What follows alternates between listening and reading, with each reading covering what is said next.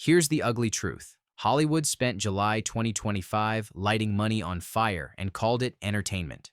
We're talking headline-making disasters, not just a few bad weekends. Studios gambled on big names, safe brands, and wild ideas, only to get thrashed by empty seats and angry shareholders. Why did these so-called sure things turn into cautionary tales? Do you ever wonder how a movie with a $300 million budget can bomb before you've even seen a trailer? Buckle up. What you're about to see isn't just a list, it's a masterclass in how to lose money at the movies, one box office faceplant at a time. Snow White. Let's start with a fairy tale turned financial horror show. Disney's Snow White remake was supposed to be the company's biggest magic trick in years. Instead, it pulled off the rare feat of disappearing $350 million from the balance sheet, faster than you can say once upon a time. What went wrong? Everything.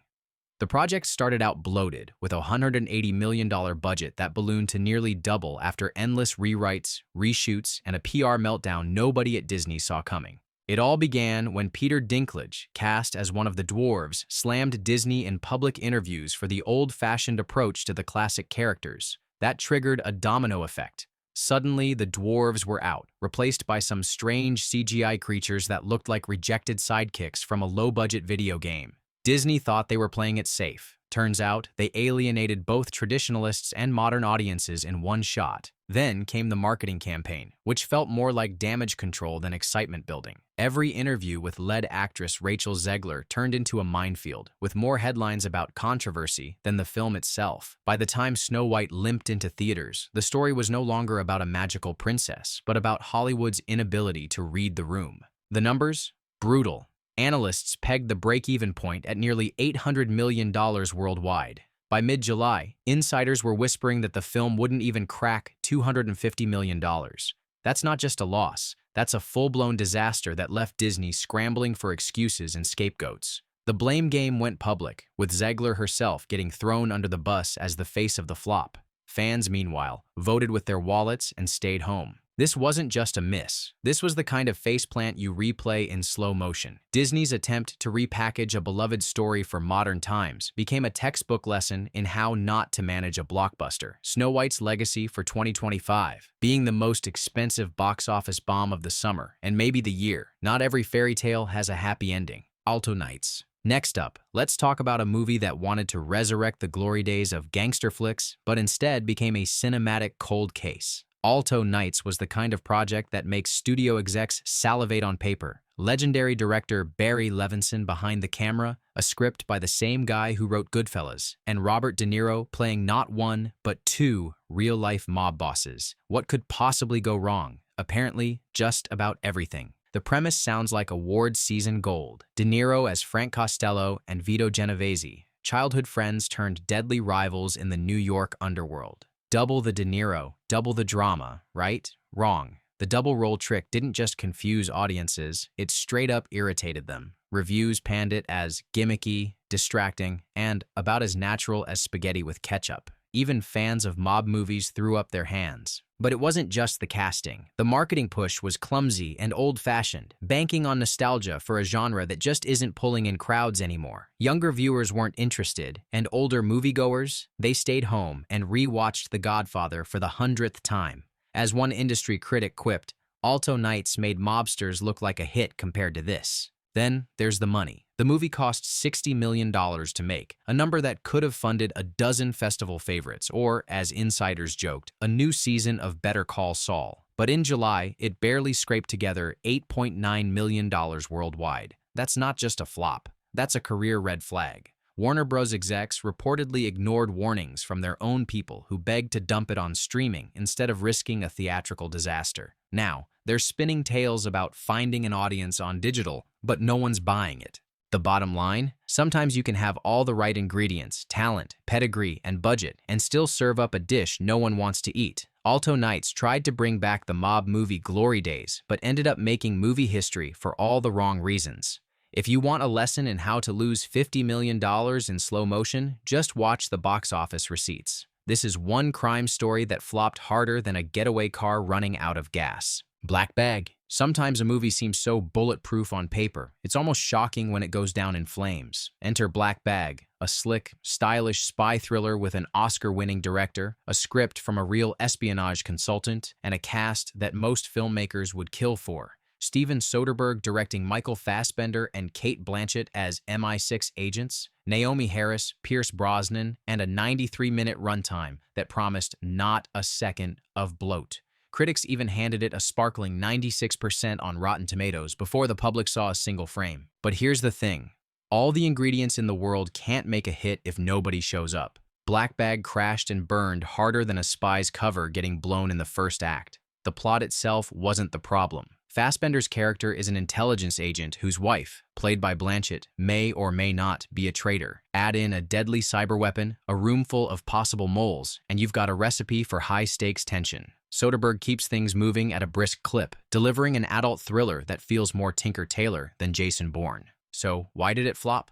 The real drama happened off-screen. From day one, the marketing was strangely muted. No viral campaign, no memes, barely any social buzz. In an age where spy movies need to hook you with stunts or spectacle, Black Bag leaned into sophistication and subtlety. Admirable, but deadly. By the end of its first weekend, it was clear the film had no traction. 17 days in, the studio panicked and kicked it onto VOD like it never even happened. Box office tally: $31 million on a budget north of $50 million, which doesn't even cover marketing. Now, studio execs are scrambling to pretend Black Bag was always meant to be a boutique digital project. But everyone in Hollywood knows the truth. This was supposed to be a blockbuster, and instead, it's a cautionary tale about how even the best can miss the mark. Black Bag isn't just a flop, it's a ghost story, the kind studios try to erase from their own records. Mickey 17. Every once in a while, a studio bets big on weird and ends up losing bigger. That's the story of Mickey 17, the kind of cerebral sci-fi epic Hollywood dreams about until reality sets in. With Bong Joon-ho fresh off the Oscar buzz of Parasite and Robert Pattinson starring as a doomed clone in a dystopian future, this was supposed to be the year's surprise juggernaut. Instead, Mickey 17 became the poster child for creative risk gone wrong.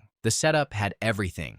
Pattinson's character, Mickey, works grunt jobs on a distant colony, only to be killed over and over as he's endlessly replaced by new clones. It's darkly funny, deeply philosophical, and loaded with the kind of weird energy that should get film nerds frothing.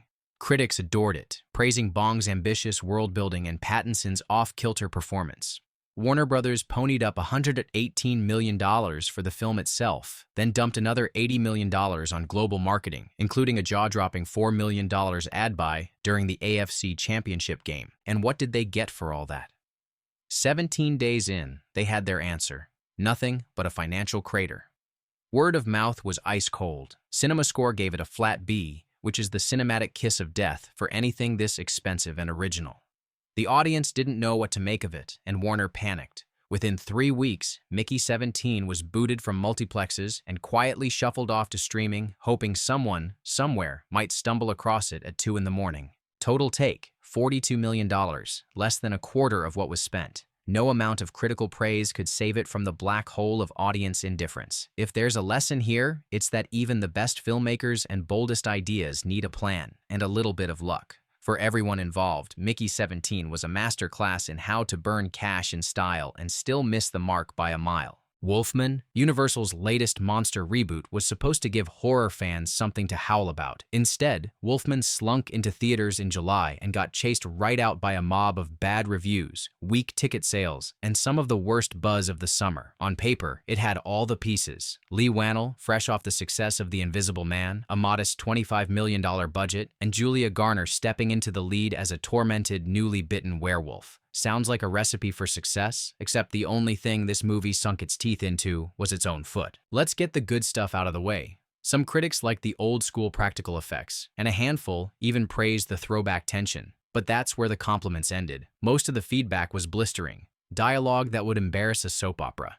Makeup that looked straight off a CW set, and a story so predictable you could write the ending yourself halfway through the trailer. Julia Garner's performance, usually magnetic, was so miscast it felt like she'd wandered in from a completely different film. Universal, already nervous from the soft opening weekend, made their move in record time. After just 17 days, Wolfman was unceremoniously yanked from theaters and sent to VOD purgatory, where underperforming movies go to quietly disappear. The final worldwide tally, $12 million. That's less than half the production budget, not even counting marketing and distribution costs. In the end, it didn't matter how much studio goodwill Whannell had from The Invisible Man. The magic just wasn't there. Wolfman's failure wasn't just about audiences not showing up. They showed up and then told everyone else not to bother. This was one monster flick that never stood a chance. Instead of launching Universal's Monsterverse back into relevance, it's now just another cautionary tale, another reboot that proves lightning doesn't strike twice, even under a full moon. Love hurts. If there was ever a comeback story Hollywood wanted to root for, it was Ke Huy Quan's. After decades out of the spotlight, he came back swinging with an Oscar win for Everything Everywhere All at Once. Studios scrambled to put him in a leading role. Enter Love Hurts, an R-rated action comedy tailor-made to ride Quan's charm offensive all the way to box office gold. Sounds perfect, right? If only Hollywood endings came guaranteed. On paper, Love Hurts had everything going for it. Quan, full of goodwill and momentum, signed on as a down-on-his-luck stuntman trying to win back his ex and maybe save the day in the process. It's the kind of fun-for-everyone pitch that execs dream about. Steven Spielberg himself reportedly encouraged Quan to take the leap, betting the farm on a crowd-pleasing blend of martial arts mayhem and heartwarming hijinks. But when it hit theaters, the fun fizzled fast. Critics were ruthless, calling it bland, derivative, and so safe it felt sanitized. The Rotten Tomatoes score bottomed out at 19%. Even the trailer couldn't land a hook. No memorable lines, no viral stunts, just a generic montage of Quan trying to carry the movie with sheer goodwill. By the second week, audiences had moved on. Streamers and YouTube reviewers alike mocked its flat direction and recycled story. Box office numbers told the real story. Love Hurts grossed just $6 million on an $18 million budget. That's not just a stumble, it's a headline flop. For Quan, it's a setback, not a career ender, but the disappointment still stings. For Jonathan Eusebio, the former stunt coordinator turned first-time director, the lesson is harsher. Studios aren't about to trust you with a franchise after a rollout this limp.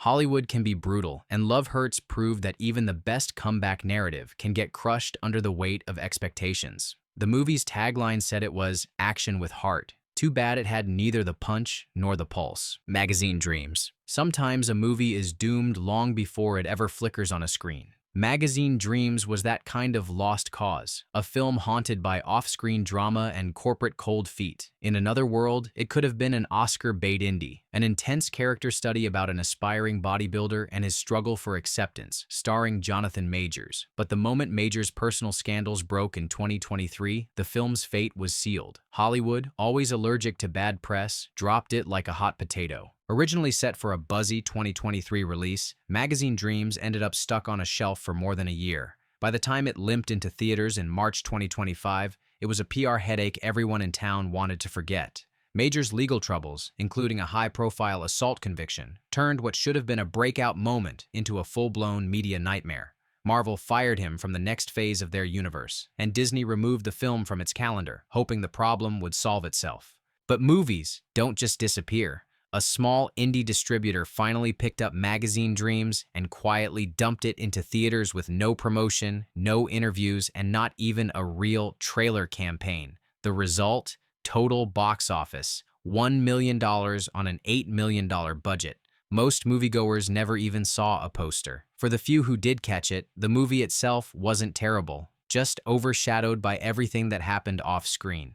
What makes Magazine Dreams different from the other flops on this list is the sense of inevitability. It never had a chance to succeed. The toxic press, the distributor shuffle, the vanishing marketing budget, all of it added up to a slow-motion exile. In the end, Magazine Dreams became the cinematic equivalent of a retracted magazine cover, once hot, now erased from memory. Sometimes, failure isn't about what's on the screen. It's about what happens when Hollywood washes its hands and looks away. Last breath. Every summer has a movie that quietly sinks without a trace, but this year's sunken ship was Last Breath, a survival thriller based on a harrowing true story. It starred Woody Harrelson and Simu Liu as veteran deep-sea divers racing to rescue a trapped colleague from the ocean floor. It should have been the perfect counter-programming, tense, human, and loaded with big-screen stakes. Instead, it slipped under the radar so completely that most audiences didn't even know it existed. You'd think a film with Harrelson, Hollywood's go-to for gritty, grounded performances, would at least get a fighting chance. Reviews were actually decent. Critics called it engaging, praised the underwater suspense, and gave Harrelson his usual marks for dependability. The problem? There was no marketing. The studio released a single trailer, barely bothered with posters, and did zero press. No interviews, no festival push, nothing to make a splash in a summer crowded with blockbusters. The result was predictable. Last Breath's $24 million budget couldn't be justified against its $17 million worldwide gross. It didn't even break even, just another title buried by indifference. There wasn't a scandal, a meltdown, or even a big creative blunder to blame. Instead, Last Breath is a case study in what happens when a movie is released to fulfill a contract and nothing more. The story, the cast, the tension, it all deserved better. In another year, Last Breath might have carved out a modest hit or built word of mouth over time. Instead, it drowned in silence, forgotten before it had a chance to surface. In Hollywood, sometimes the deadliest thing for a movie isn't a bad review or a budget blowout. It's being invisible from day one. So, after watching Hollywood set money on fire for an entire month, what do you think? Are studios just cursed, or are these disasters a sign that the audience is smarter than ever? One thing's for sure, these flops prove that hype, big budgets, and even Oscar winners can't buy success. Which box office bomb surprised you the most? Drop your answer in the comments, hit that subscribe button, and get ready because the next meltdown is always right around the corner.